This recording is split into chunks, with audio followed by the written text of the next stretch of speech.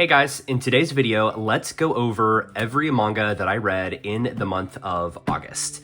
So let's get started. The first volume that I read last month was Dead Rock Volume 2.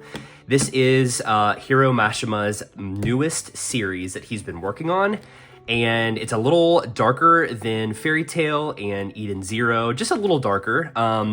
And I've really been enjoying the last two volumes. This one definitely cranked up the action, it cranked up the stakes, and gave us a insight into some of the backgrounds of the past characters, in addition to introducing some new villains. This guy right here is a pretty scary teacher in demon school, and gave the heroes, or I guess you could say the heroes, the anti-heroes, I suppose, because they are trying to be the next Demon King for their own respective purposes in the underworld. But this guy gave our anti-heroes a run for their money. And yeah, it was pretty good. I enjoyed it quite a bit, and I'm excited for Volume 3. I think Volume 3 and 4, or maybe Volume 5, are already out in Japan. So I'm definitely waiting for these the next volumes whenever they come out. Of course, the publisher is Kodansha. But yeah, a really good series. If you like Hiro Mashima, Eden Zero, Rave Master, Fairy Tail, definitely give this series a shot as it's his newest work. And Volume 2 came out maybe about a month and a half ago. So it's definitely a newer series. Really enjoyed this one.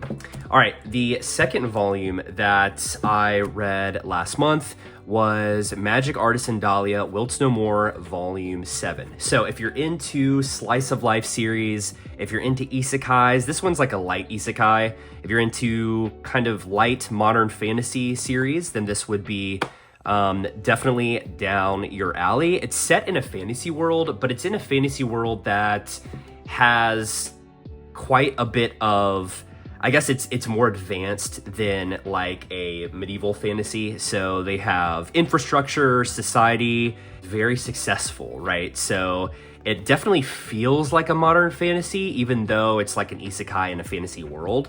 And the main character, if you're not familiar with the series, if you're familiar with the channel, you'll know quite a bit about the series because I like it quite a bit. My wife and I have been watching the anime as well. Season 1 is out. It's a good slice of life anime and manga. But yeah, a great entry, a great Volume 7 into the series. Can't wait for Volume 8. And yeah, check out the anime on Crunchyroll if you haven't already. The next volume I read this past month is The Great Yokai War Guardians, a very short volume. I think the series is about 3-4 volumes long. The series is by Yusuke Watanabe, and I like this manga artist a little bit. He does a variety of works. He does some stuff for Titan Manga, and he has worked with Marvel as well, making a Spider-Man series. This one actually is a modern fantasy series.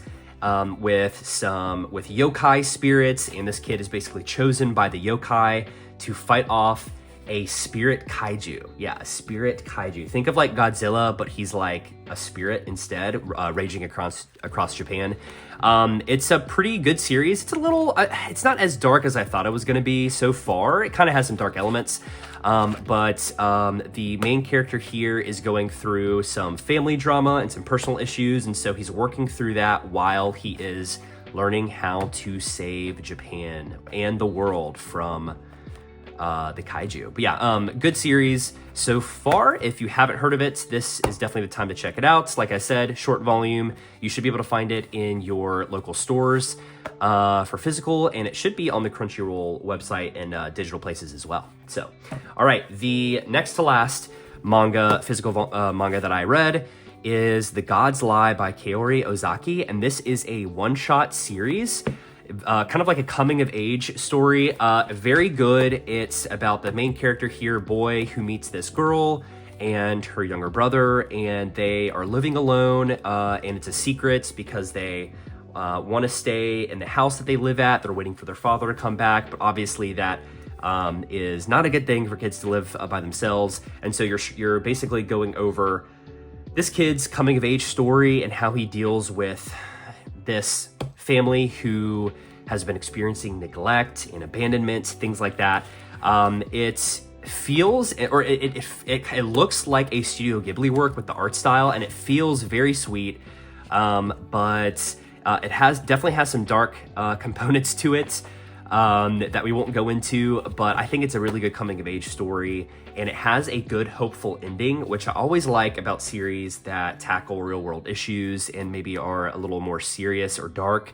I always like whenever series like that have good endings. So it's also a thick one shot, so I really like that. I think you guys will like this quite a bit if you haven't already heard about it. Definitely check it out. Definitely recommend this one.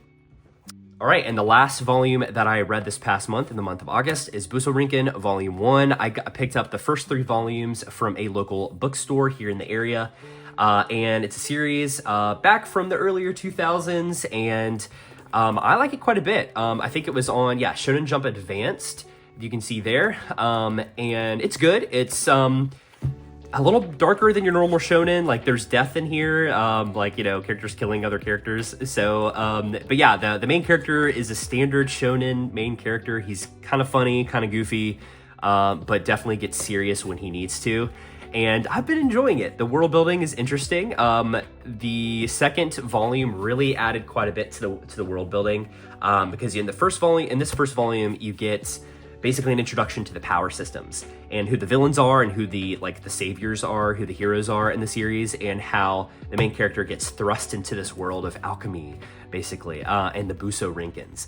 So I like it. The action's pretty good as well, and I'm 2 volumes in. And so yeah, if you're looking for a good old school shonen, this is definitely going to be up your alley. I think you'll like it quite a bit. The main character's cool. Tokiko, who is the side character, is really cool as well. She's serious, and she kicks butt like crazy. So, all right, guys. Well, that is all of the manga that I read over the month of August. I will say that's all of the physical manga that I read over the course of the month. Of course, I did read some digitally on the Shonen Jump app, which I definitely recommend you guys check out. If you don't want to spend as much money on physical manga, you can definitely supplement some of your reading with getting an online service, whether that be like Webtoons, or which I think is Webtoons is free maybe, or if it's Crunchyroll or other apps like that. I definitely recommend it. So, but yeah, what manga did you guys read over the last month? Let me know down in the comments. I'm hoping that this next month has a good variety, like this past month's had. So got some shonen in here, got some slice of life stuff, some fantasy, and one-shots. And I think already, just by looking at what I've read for the month of September, I think this upcoming month will be just as similar. So I'm looking forward to telling you guys all about those manga as well. But yeah, let me know what manga you read down in the comments, and we can talk about it. Thank you guys for watching till the end of this video. If you will, leave a like, comment, and then subscribe for more. Thanks, guys.